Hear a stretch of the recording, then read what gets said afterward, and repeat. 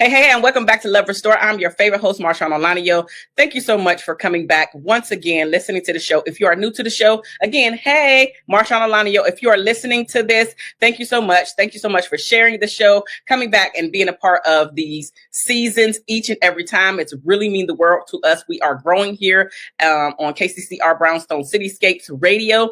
And again, the platform is my platform, which is Love Restore.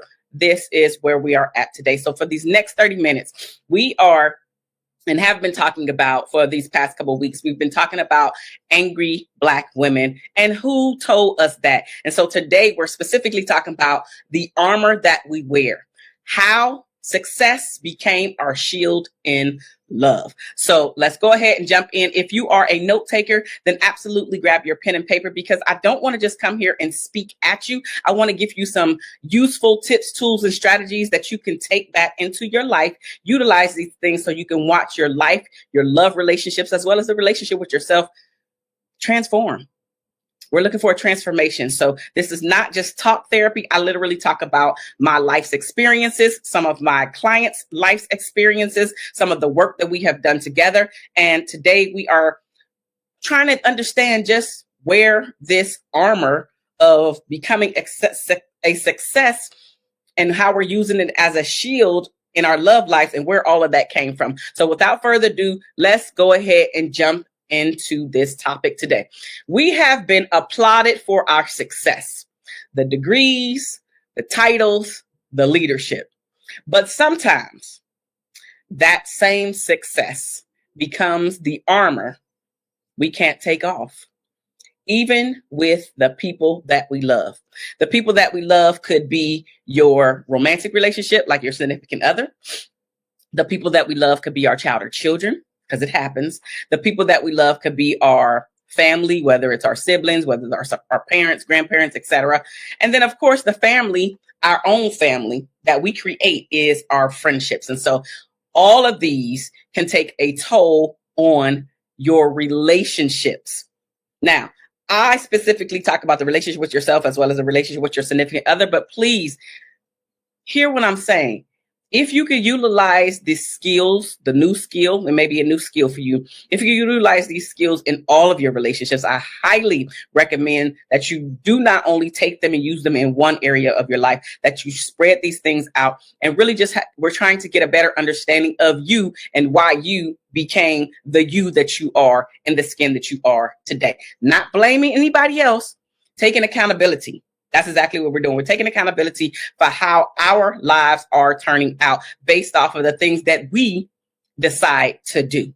So the decisions that you make, the actions that you take, the actions that you don't take, the decisions that you don't make, realizing that the decision that you do not take is still making a decision. It's not the best decision that can be made, but you're still making a decision. So with that being said, let's talk about the first thing, which is achievement and over responsibility and how they became survival tools.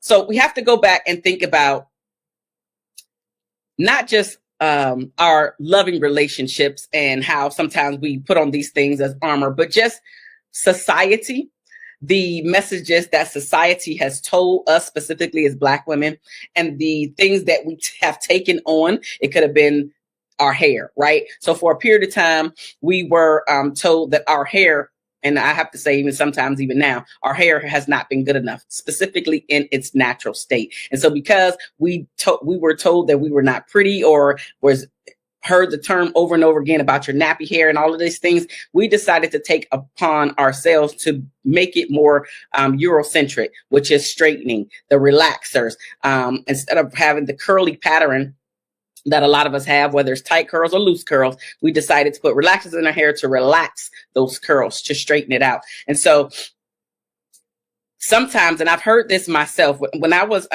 when I first started embracing my natural hair, I remember it came from my mom. Actually, I was embracing the hairstyle of dreads or locks or whatever you deem them as. And I remember when they were really short, like, and my mom, bless her heart, I love her to death, but I remember her calling them pickaninnies. And I don't know the history behind pickaninnies, but I do know that that was something that was a derogatory term used toward children back in the day with my ancestors and everything. And so I know that it wasn't a good connotation when it came to hair. And so I remember vividly, like it happened yesterday, and this has to be more than 20 years at this point, but I remember her telling me not to embrace wearing locks, or as she called them, pickaninnies, because I would not be hired in corporate America. Well, I didn't listen. I didn't listen because I just didn't think that that was necessarily a thing for me. I knew that it could have been a thing back in the day. And I'm 48, so older than me. I know that that was definitely a thing where they had to choose in order to be accepted in corporate America, as specifically when it comes to their hair, not any other challenges. I'm not talking about any of the other challenges in corporate America, but specifically when it came to their hair. So I just was like, I'm not following what everybody say. I don't believe what you're saying. That's your belief.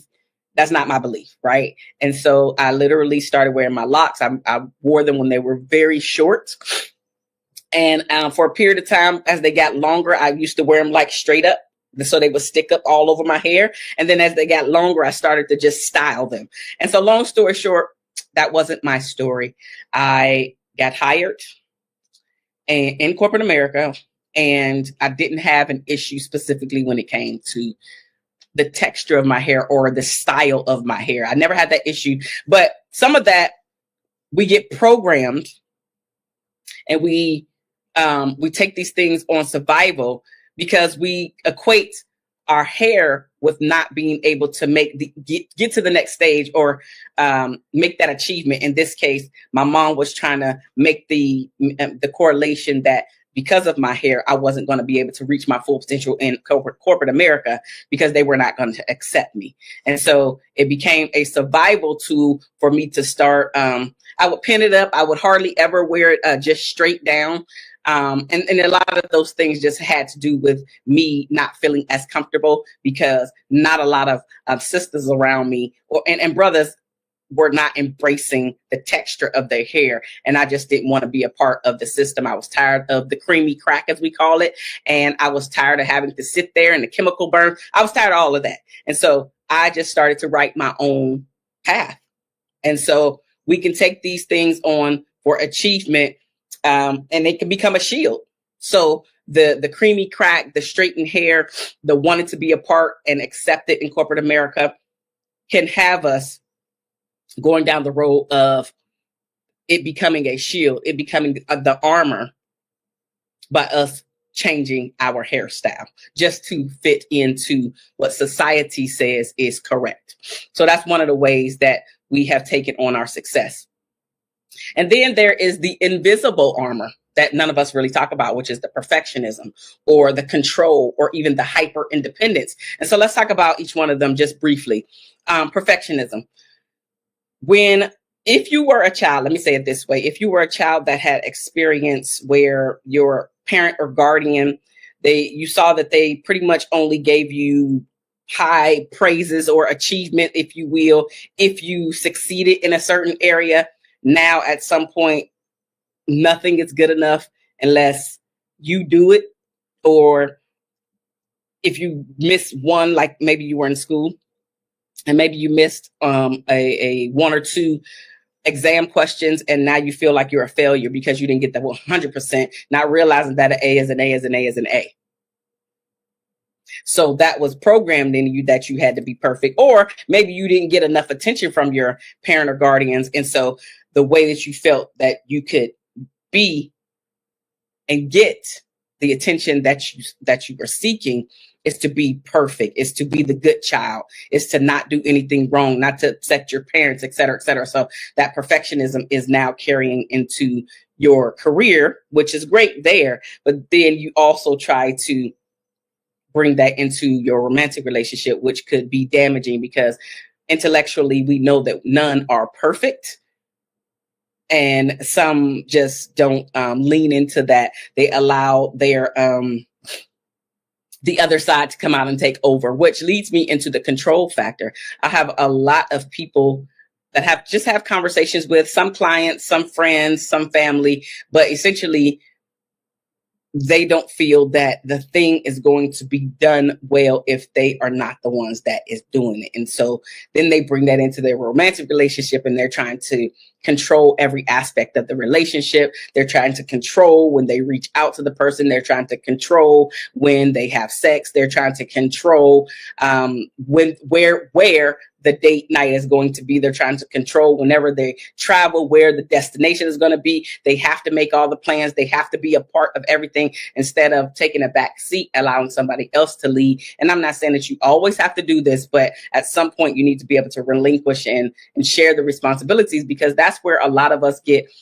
overwhelmed and burnt out. And then we're wondering why we're overwhelmed and burnt out, and then feeling like, well, my partner's not helping me. I have to do everything for myself.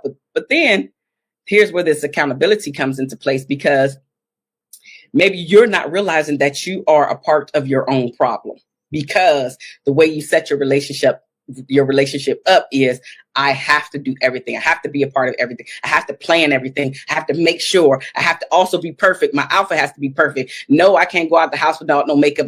So there's a lot of layers to this shield or this mask that we are wearing in our relationship. So the armor that we're wearing, the protection that we believe that is happening, but there are things that are happening behind this, things that are not helping you, that you may be unaware of. And then finally, there is the hyper independence, where that kind of comes in hand with control, which is, if it's I don't need any help. Right? So your partner, your spouse may ask you, hey, do you need any help? Or a coworker may even ask you, hey, do you need any help? But in your mind, because you want to do it all, you feel that you have to control every aspect of your life, every aspect of every situation. You don't want any help. But that's where the frustration comes in. That's where the overwhelm comes in. That's where the disconnection comes in, because your partner and even your coworkers are looking at you like, well, why am I here? If you feel that you can do everything, why am I here? And you may be saying, why are you here if I'm doing everything? But you're not realizing that you are a part of the very issue that you are now complaining about, because you are allowing your armor, I can do it all, I don't need nobody's help, to take over. So we just have to pay attention. We have to be more aware of how we are showing up and the things that we are doing, instead of always believing and blaming our partners or even our coworkers. And let's not forget our babies, because we blame everybody. And again, this is where the accountability comes into place, because if you have a habit of always pointing the finger at everybody else and hardly ever pointing the finger at yourself, taking accountability for what you brought to the table, the things that you were not doing, you were wrong, did you apologize? Like, all of those things absolutely matter. So this is where it's becoming a shield, and why you are blocking out the love that you say that you want. Okay, so let's move forward. When then we have the unintended consequences, right? Where your partner is feeling emotionally shut out. Again, there's that part where I just mentioned, you have to control every aspect. He asks you, do you need help in a certain area? Or maybe he never asked because you always do it, and then you never ask for help, because in your mind, number one, if I'm not doing it, it's not being done correctly. Number two, you're frustrated and overwhelmed because nobody or very few people are asking you. But then even when they do help, it's not done your way, which is the correct way in your mind. And so you're on this hamster wheel of creating the very thing that you're pissed off about. You're helping to create the very thing that you are pissed off about. So you are shutting out your partner after a while, because again, he is asking, why am I here? And then there is less and less vulnerability on your end. And so again, he's wondering, well, I'm not sure. Like, we don't really know each other.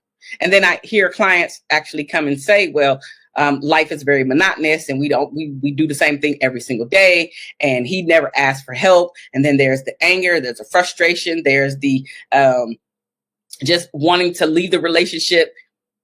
And not to say that you need to stay per se, but slow things down and really take inventory about you.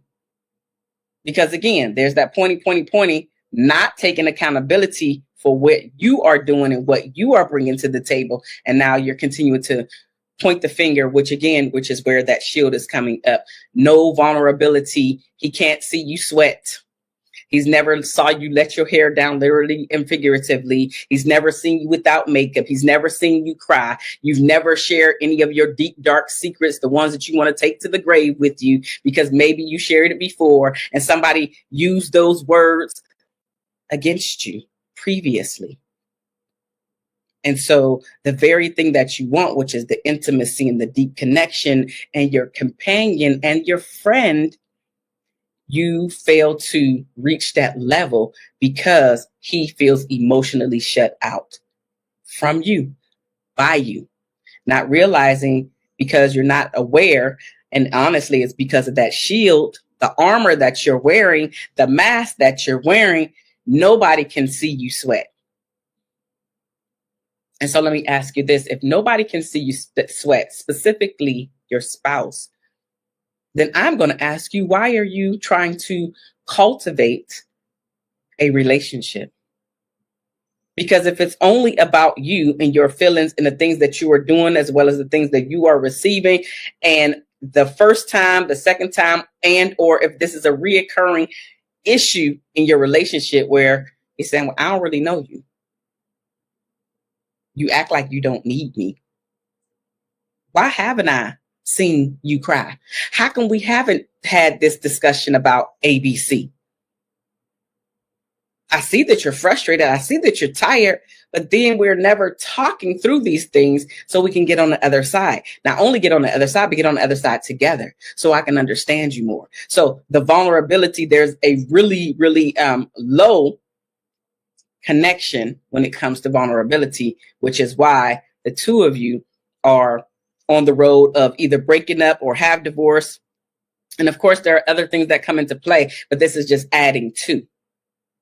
All because of the shield, the mask, not being vulnerable. It absolutely matters in relationships, not just your romantic relationship. Because think about it, even when you think about your friendships, the friends that you love to hang around the most, they are the least judgmental.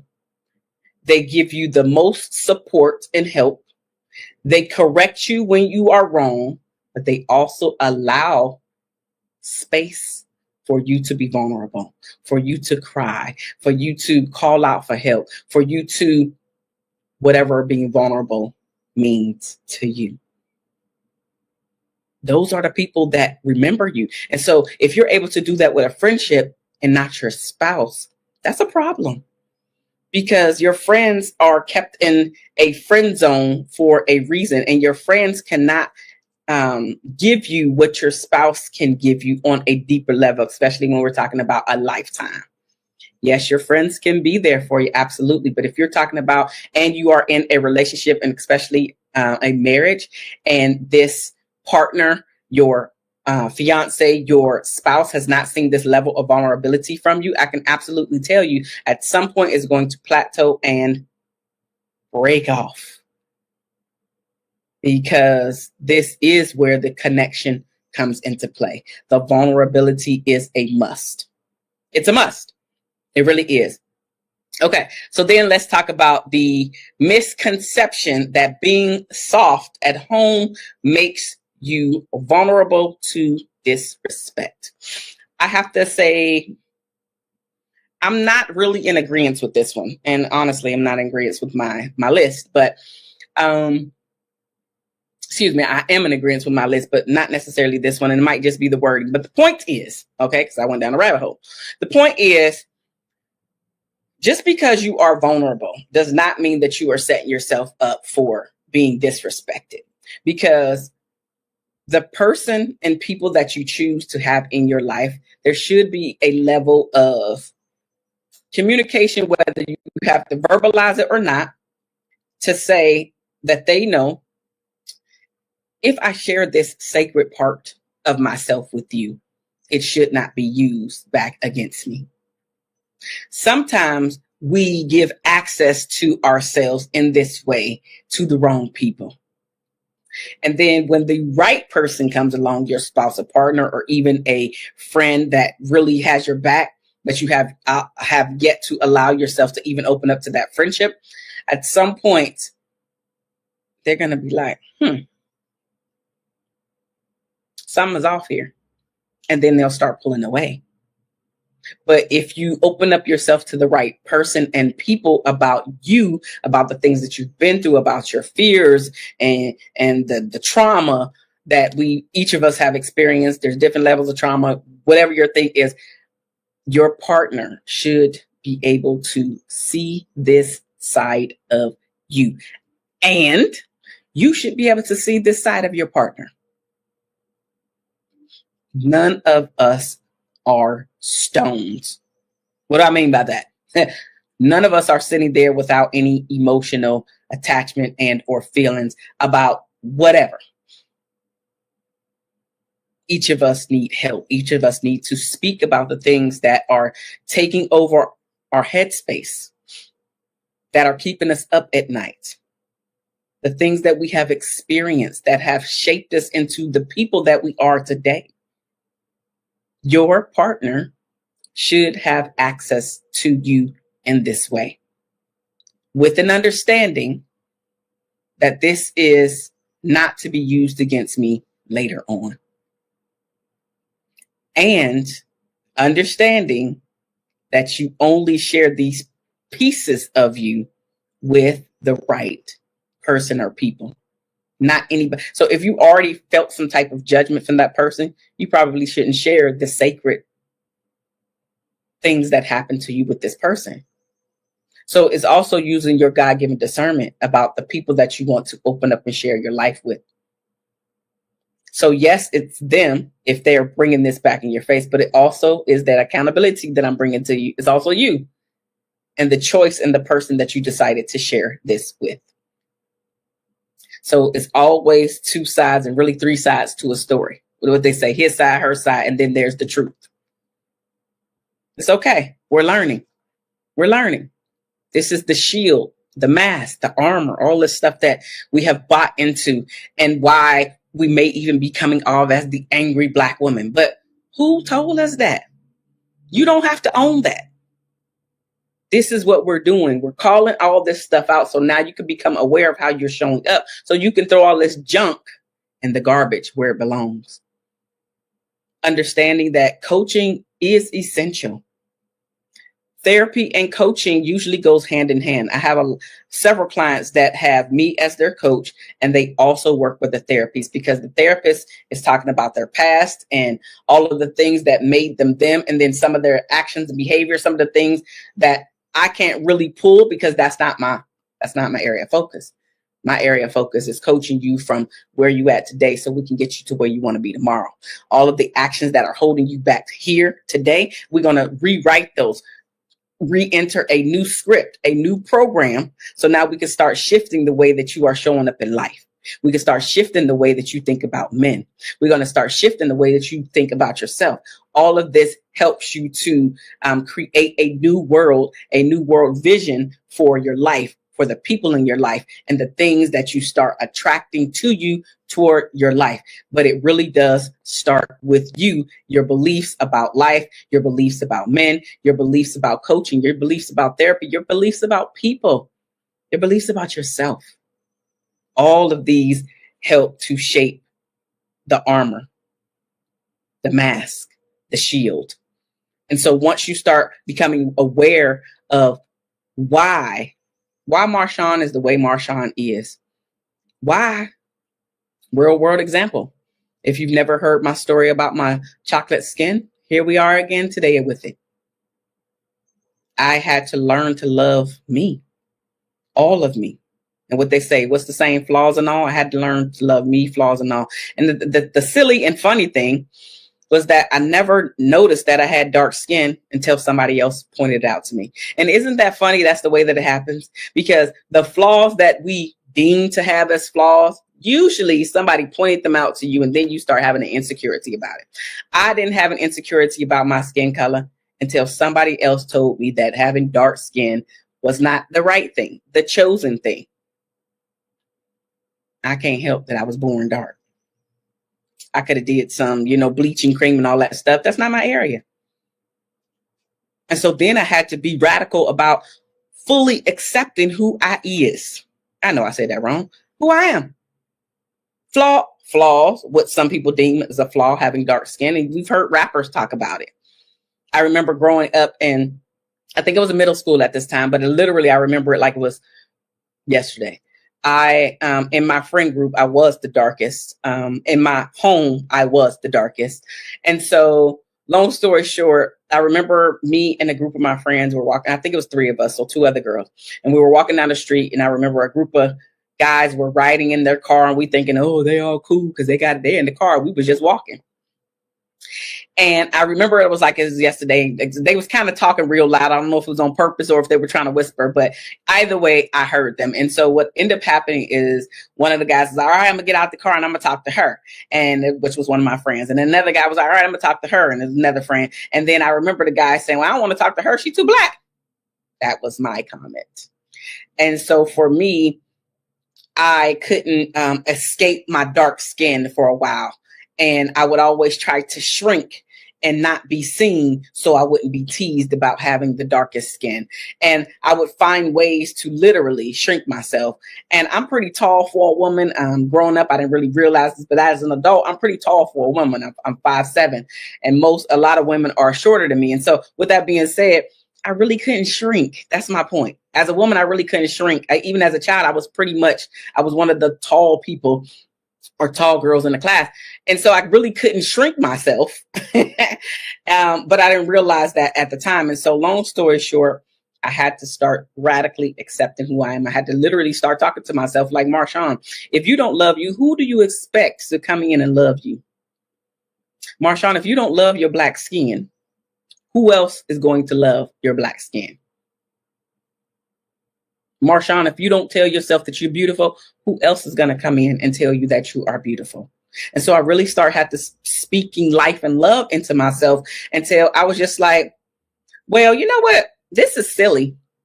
Marshaun, this is silly. And why is it silly? Because you were married before. So somebody obviously thought that you were beautiful enough, at least in their eyes, to say I do to you. So once literally I came to the realization where somebody actually did love you and they married you. Yeah, somebody has to be selective of my skin color other than me. And is it going to be everybody? Nope. But guess what? Another realization came even with that. I'm not looking to marry everybody. I just want the one person that's going to want me like I'm going to want them. The one person that's going to show up for me like I'm going to show up for them. The one person that's going to be vulnerable with me like I'm going to be vulnerable with them. That is what it looks like to get rid of and shed the armor. It is the relearning how to receive, whether it's support, whether it's love, whether it's care, without guilt. You don't have to feel guilty with somebody loving you.